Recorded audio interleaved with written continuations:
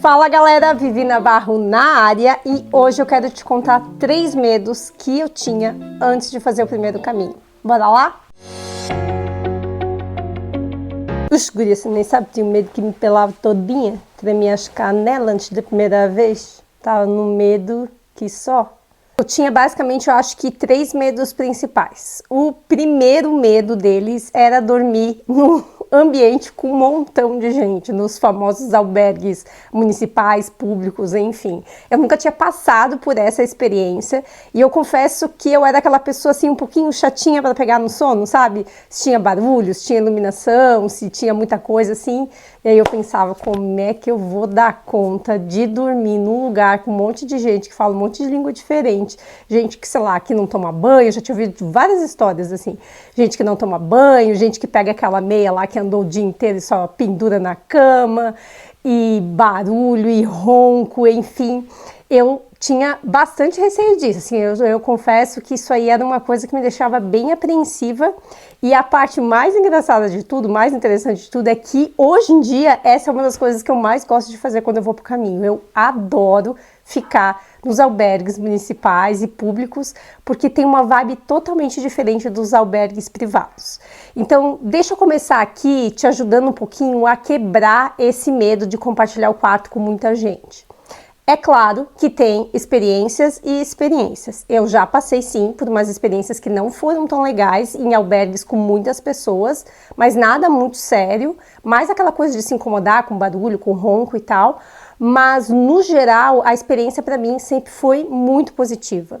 Eu acredito que as pessoas estão muito naquele clima do caminho. Tem uma pessoa ou outra assim que é um pouco mais sem noção, mas no geral as pessoas estão compartilhando mais ou menos o mesmo objetivo, que seria chegar em Santiago, mas com assim uma pegada assim muito filosófica sobre a vida, sobre o compartilhar, sobre a humanidade, e você consegue perceber isso nas pessoas, mesmo cada um falando uma língua, sendo de culturas diferentes. Então, eu não tive grandes problemas em nenhum albergue.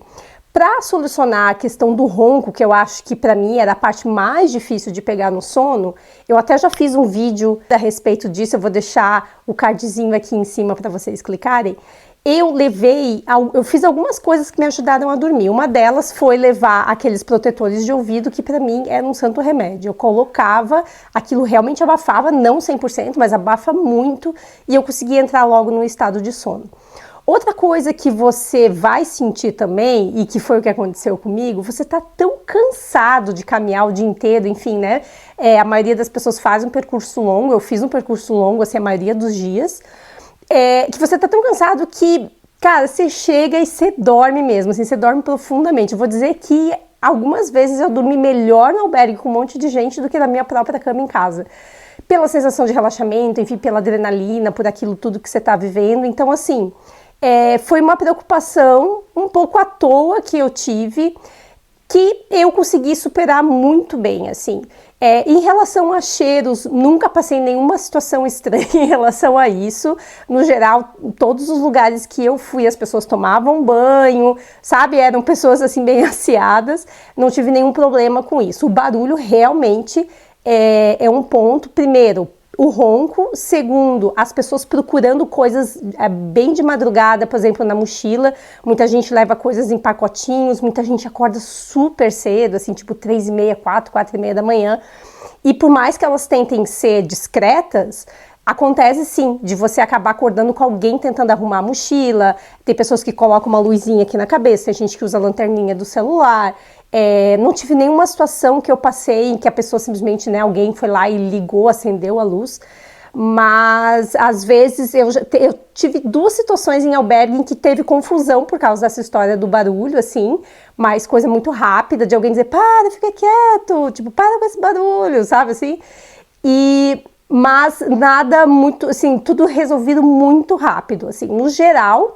a experiência sempre foi muito boa nos albergues para mim. Hoje eu gosto e eu vou te dizer que eu até prefiro ficar nesses albergues. Já fiquei em alguns privados, já fiquei em alguns que eu repartia o quarto assim só com 2, 3 pessoas.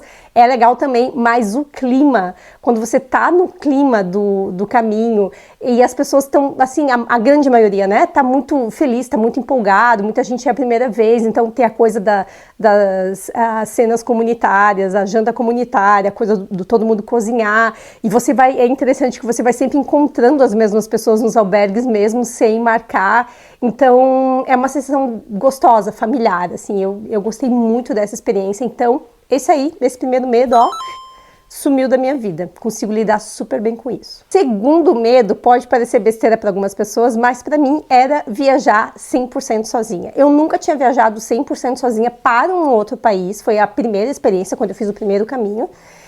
E eu tava com receio, assim, desde, sei lá, ir pro aeroporto, não consegui me virar, porque, né, eu moro fora do país, fora do Brasil, então eu tinha um pouco desses receios e tinha receio também de me perder lá durante o caminho. Por exemplo, tá numa região onde eu não conseguiria ter acesso a pessoas, eu não conseguiria encontrar ninguém e, sei lá, não saberia para onde ir.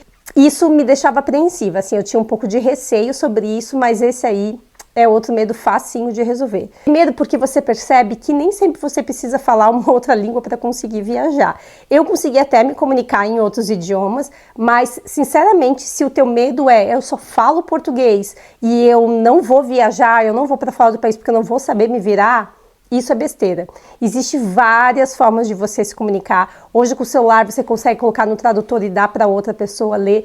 E é interessante que no processo de viagem, acho que não só do caminho, de viagens em geral, em lugares que são muito visitados, é muito comum as pessoas estarem abertas para te ajudar. Então, as pessoas fazem o possível para tentar te entender e se fazerem entender. Então, esse é um medo que você pode deixar cair por terra, porque em nenhum momento eu fiquei na mão, assim, sem ter alguém realmente para me ajudar, para dar uma direção. E eu já fui para lugares onde, sei lá, falava francês, falava alemão, falava diversas línguas que eu não sei falar. Nunca passei nenhum grande problema, assim, nunca tive nenhuma grande necessidade. Pegava o celular, ou às vezes tinha alguém do lado que ajudava a interpretar e que sabia.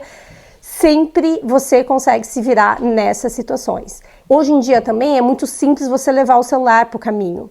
E coisas que não existiam, né? Sei lá, algum tempo atrás não era tão fácil. Hoje você consegue comprar um eSIM, por exemplo, e ter internet durante todo o teu trajeto. Então, às vezes, fazer uma rota no Google Maps para ver aonde que você está chegando, aonde que você está indo, que localização você está. Fica fácil, né, de você se comunicar e se localizar. Acontece muito também de você ir fazendo amizades ao longo do caminho e pegando o WhatsApp, número de outras pessoas e às vezes ir conversando com quem já está lá na frente ou ajudando quem está atrás de você, dizendo, olha, tô aqui, para nesse lugar, aqui tem um lugar legal para comer, aqui, essa rota aqui não é tão boa, desvia para cá, desvia para lá. Isso é bem comum e vai acontecer com você. Pode ter certeza que você vai ter todo esse apoio aí. O terceiro medo, e esse aí é pânico, tá? É você não se inscrever nesse canal. Eu tô aqui gravando pra você, me dedicando meu tempo. Você podia pelo menos tacar-lhe o dedo aí nesse inscrever e me ajudar a crescer esse canal. Aproveita para curtir o vídeo pro YouTube entregar também para mais pessoas. O terceiro medo é do fato de ser mulher e ir caminhar sozinha. Talvez os homens não entendam tanto essa sensação, mas eu acho que é meio que cultural, assim, e uma coisa de gênero mesmo, que toda mulher tem aquele receiozinho de estar sozinha por longos períodos, ou, sei lá, ou à noite, ou caminhando sozinha, né? A gente tem tudo, tem isso ao redor da mulher, assim, da proteção. E é interessante que eu recebo mensagens de muitas mulheres falando isso. Vivi, você passou alguma situação de perigo? Vivi, é tranquilo como mulher eu ir sozinha? Então, eu também tinha esse medo. Eu quero te dizer que eu também tive esse receio. E é um receio grande, forte, porque parece quase instintivo esse medo, assim. E eu posso te garantir com toda certeza. Eu fiz 2 caminhos, fiz o primeiro, o francês, que foram 35 dias, e fiz o português, que foram 15 dias. Em nenhum dos 2 lugares, em nenhum momento eu me senti em perigo, me senti acuada, me senti ameaçada. Eu caminhei vários trajetos sozinhas, eu já cheguei a fazer um dia inteiro sozinha, assim, sem ver nenhum peregrino. Não é o habitual, normalmente você tá caminhando e tá vendo bastante pessoas, mas às vezes se você sai num horário meio alternativo, se você sai cedo demais, ou às vezes ao contrário, se você sai tarde demais, você pega trajetos meio solitários. E nunca tive nenhuma situação de perigo, nunca conheci nenhuma mulher no caminho que teve essa situação. Se você já soube de alguma história, por favor, comenta aqui embaixo, compartilha com a gente, mas do que eu saiba, nunca teve nenhum perigo relacionado a mulheres. Assim, eu me senti bem segura. Tem setas no caminho, tem muitos ambientes, assim como, por exemplo, bares, restaurantes, tem casas, tem lugares que são mais urbanos. Mesmo nos trajetos com trilha no meio da mata também, nunca senti nenhuma insegurança. Então, esse aí também foi um medo que eu perdi já logo nos primeiros dias, quando eu fui para o caminho a primeira vez. Se você também já teve os mesmos medos que eu, ou se você tem um medo diferente, você não foi ainda, você tem um medo diferente, comenta aqui embaixo, compartilha com toda a comunidade. Eu acho que é legal a gente falar sobre isso, abertamente sobre isso, até para ajudar outras pessoas a superarem, às vezes, alguns limites que impedem elas de terem essa experiência. Eu aguardo vocês no próximo vídeo. Não esquece de se inscrever, não esquece de curtir e compartilhar esse vídeo e até a próxima.